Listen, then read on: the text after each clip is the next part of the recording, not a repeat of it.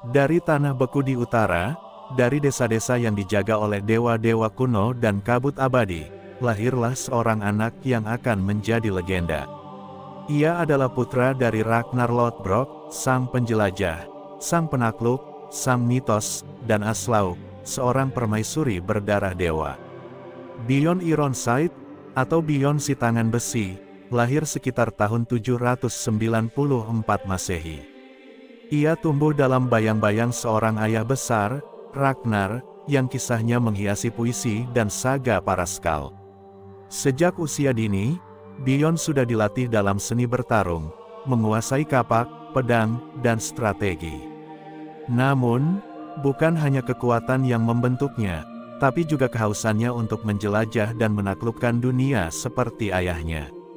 Bjorn dan saudara-saudaranya tumbuh di tengah masa keemasan Viking. Namun, hanya sedikit yang menunjukkan ketajaman naluri militer dan kekuatan fisik seperti dirinya. Ia diberi julukan Ironside setelah dalam satu pertempuran, tubuhnya seolah tak bisa ditembus oleh pedang lawan.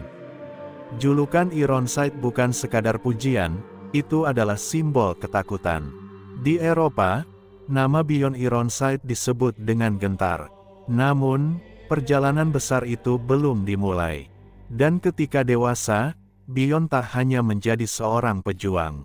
Ia menjadi pemimpin, bukan hanya untuk satu desa, tetapi bagi armada dan impian bangsa Viking.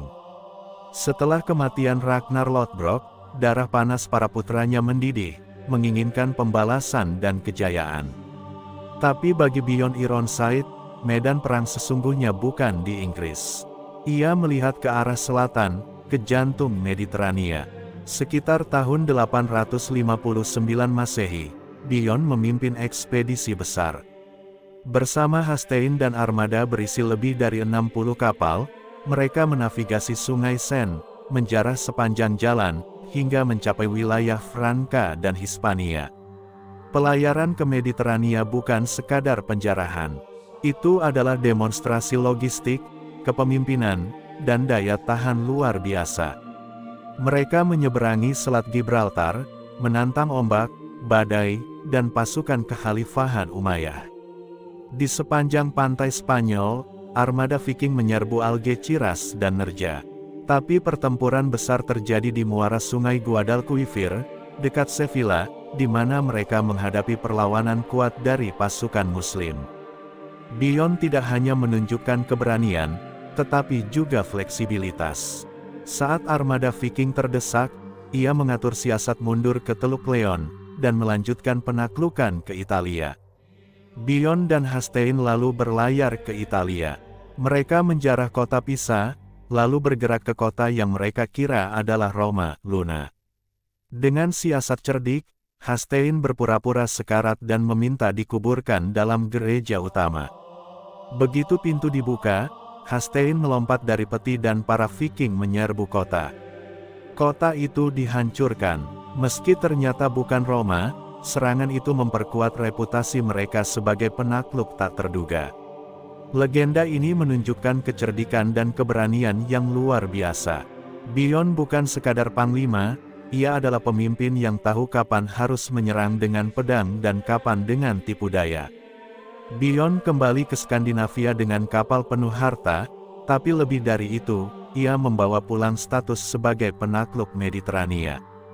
Seorang Viking yang berhasil menjangkau dunia Romawi, dunia Muslim, dan keluar hidup-hidup. Sekembalinya dari penaklukan Mediterania, Bjorn Ironside tak hanya membawa harta rampasan, tetapi juga ketenaran yang tak tertandingi. Saat dunia mengenalnya sebagai penjara, di utara, ia bersiap menjadi pemimpin yang membangun. Bjorn memilih mendirikan pusat kekuatannya di Swedia, di wilayah yang kini dikenal sebagai Uppland. Di sanalah, ia membangun benteng-benteng dan memperkuat kedudukan sebagai raja. Nama Bjorn Ironside tercatat dalam Ragnarssonatater, dan juga dalam sejarah raja-raja Swedia kuno. Ia diyakini sebagai pendiri garis keturunan kerajaan di Munso, yang kelak menjadi dinasti Munso. Tidak seperti banyak pemimpin Viking yang hanya hidup dari perang, Bjorn memahami pentingnya tatanan dan pemerintahan. Ia memperkuat jaringan dagang, membangun relasi dengan pedagang dari Rusia dan Baltik, dan menjadikan tanahnya makmur. Di sekitar Danau Malaren, ditemukan situs kuburan kerajaan yang dipercaya sebagai makam Bion. Peti batu besar, ukiran-ukiran mitologi, dan bekal kematian menunjukkan statusnya sebagai raja besar. Bion menguasai tanah, laut, dan orang-orangnya. Ia bukan sekadar raja secara nama, tetapi pemimpin yang dihormati oleh kepala-kepala suku dan para jarl yang sebelumnya bebas.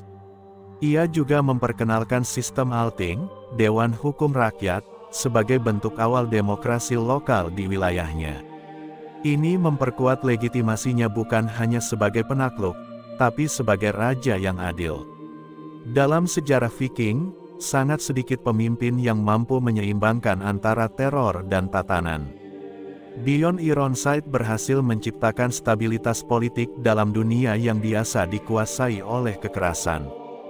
Dari penakluk laut menjadi raja daratan. Jejak langkah Bjorn Ironside tak hanya meninggalkan bekas luka pada musuhnya, tetapi fondasi kekuasaan di tanah airnya. Setelah kematian Ragnar Lothbrok, dunia Viking terpecah antara balas dendam dan ambisi. Putra-putranya, masing-masing kuat, licik, dan haus kuasa, tak lagi sejalan.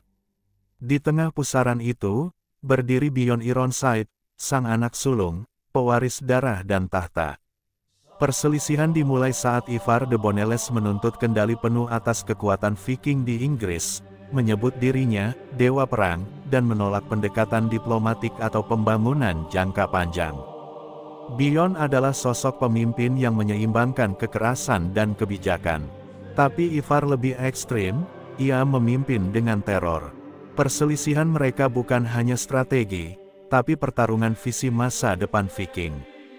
Sementara Ivar menguasai York dan wilayah Inggris Utara, Bjorn memperkuat Swedia dan ekspansi ke wilayah Baltik. Namun persaingan tak terhindarkan. Perebutan supremasi antar saudara berubah menjadi perang saudara yang membakar dunia Viking. Pertempuran terjadi di Norweger dan perbatasan Denmark. Pasukan Ivar dikenal brutal dan tak berbelas. Tapi Bjorn memiliki kekuatan logistik, kesetiaan dari banyak klan, dan ketahanan strategi. Bjorn bukan hanya prajurit, dia politisi alami. Ia tidak menyerang tanpa alasan. Ia menggalang dukungan dari kepala suku, bahkan menjalin pernikahan politik untuk memperkuat aliansi. Dengan pendekatan ini, Bjorn menjaga kestabilan negerinya, sementara konflik bersaudara perlahan menghancurkan kekuasaan Ivar. Namun harga yang dibayar tidak ringan, hilangnya persatuan keluarga. Konflik ini meninggalkan luka mendalam di dunia Viking. Banyak wilayah yang dulunya bersatu kini terpecah. Tapi dari kekacauan itu, Bjorn muncul sebagai satu-satunya pemimpin dengan visi panjang. Perseteruan darah menyisakan kesendirian. Tapi dari itu, lahirlah kesadaran, membangun masa depan lebih berat daripada merebutnya. Setelah konflik berdarah dengan saudara-saudaranya, Bjorn Ironside muncul sebagai tokoh sentral dalam dunia Viking. Bukan hanya sebagai raja penakluk, tapi sebagai pemersatu. Masa pemerintahannya menandai awal era kejayaan. Wilayah kekuasaannya meluas dari Uppland dan Sigtuna hingga pesisir Baltik. Lewat kekuatan angkatan laut dan pengaruh politik, ia menghubungkan dunia Viking dengan dunia Slavia, Arab, dan bahkan Bizantium. Bjorn tidak hanya membangun kekuasaan melalui perang, tapi juga melalui perdagangan. Ia membuka jalur dagang ke timur melalui sungai Dnieper, hingga ke Konstantinopel. Dari sanalah emas, perak, sutra, dan rempah mengalir ke negerinya. Bjorn menjalin hubungan diplomatik dengan para pedagang Arab dan Bizantium. Ia bahkan mengizinkan misi dagang dan budaya masuk ke wilayah Viking, sesuatu yang jarang dilakukan pemimpin sebelumnya. Artefak-artefak dari makam-makam abad ke-9 menunjukkan pengaruh dunia luar, koin-koin Abbasiyah, kaca dari Levant, dan senjata Persia. Semua itu adalah hasil dari keterbukaan Bjorn terhadap dunia. Namun di dalam negeri, ia juga tak lengah. Hukum ditegakkan melalui sidang rakyat, dan keadilan menjadi pondasi stabilitas.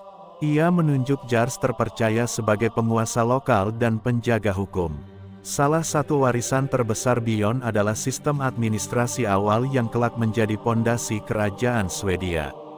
Ia membentuk sistem birokrasi sederhana dengan pengumpulan pajak dan distribusi kekuasaan terkontrol. Di puncak kejayaannya, Bjorn bukan hanya pemimpin militer, tapi pengatur tatanan baru. Ia menjadi simbol kekuatan, keadilan, dan kebijaksanaan bangsa Viking. Dari lautan Mediterania hingga Danau Beku di utara, nama Bjorn Ironside disebut dengan hormat dan gentar. Ia mengubah citra Viking dari perampok menjadi penguasa dunia. Tak ada musim panas yang abadi. Bahkan Bjorn Ironside, sang raja Viking yang menaklukkan Mediterania dan menyatukan utara, akhirnya menghadapi musim dinginnya. Tahun-tahun senja membawa tantangan baru, bukan dari luar, tapi dari dalam. Di usia senja, kekuasaan Bjorn diganggu oleh munculnya pemimpin-pemimpin muda yang haus kekuasaan. Di Denmark, Harald Verheir mulai menyatukan wilayah Norwegia. Dari timur, bangsa Rus mulai menekan jalur perdagangan Baltik. Bjorn adalah legenda hidup, tapi tubuhnya tak lagi sekuat dulu. Banyak jarl muda mempertanyakan otoritasnya. Beberapa bersekutu diam-diam, membangun kekuatan di balik senyuman dan kesetiaan palsu.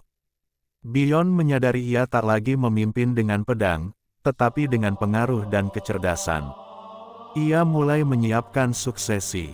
Namun, pilihan pewaris bukanlah hal mudah. Anak-anaknya, beberapa hasil pernikahan politik, mulai bertikai soal siapa yang pantas menjadi penerus. Konflik internal tak terhindarkan. Bjorn dihadapkan pada dilema yang tak pernah ia pelajari di medan perang. Di banyak kebudayaan, masa tua adalah masa pengasingan. Tapi bagi Bjorn, itu adalah ujian akhir, menjaga agar karyanya tidak runtuh setelah ia tiada.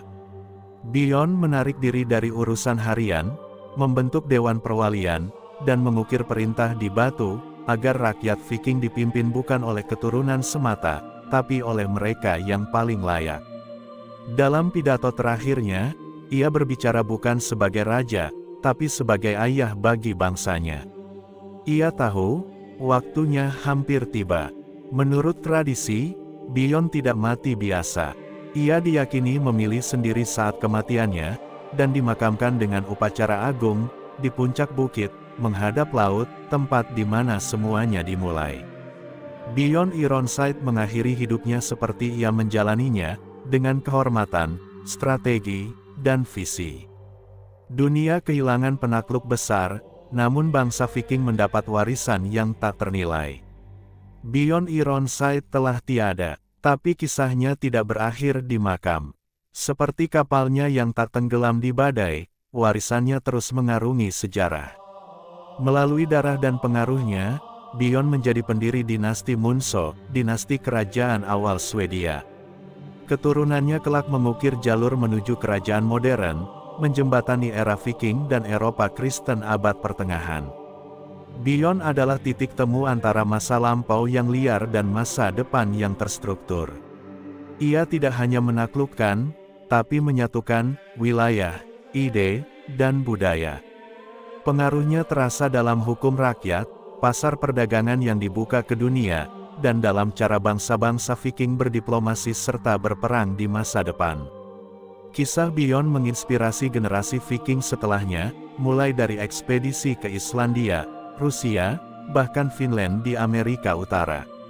Ia adalah simbol dari apa yang mungkin dicapai oleh satu manusia dengan tekad baja. Di Eropa, kisahnya hidup dalam kronik Franka dan catatan gereja. Di dunia Arab, ia dikenang sebagai pemimpin orang-orang utara yang menyerbu dengan kekuatan dan kecerdikan. Di dunia modern, ia menjadi legenda. Antara fakta dan legenda, sulit dipisahkan.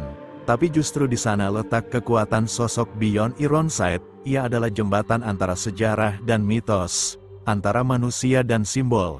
Bjorn Ironside telah pergi, tapi dalam setiap kisah petualangan, dalam darah para penjelajah, dan dalam mimpi tentang tanah baru, ia tetap hidup.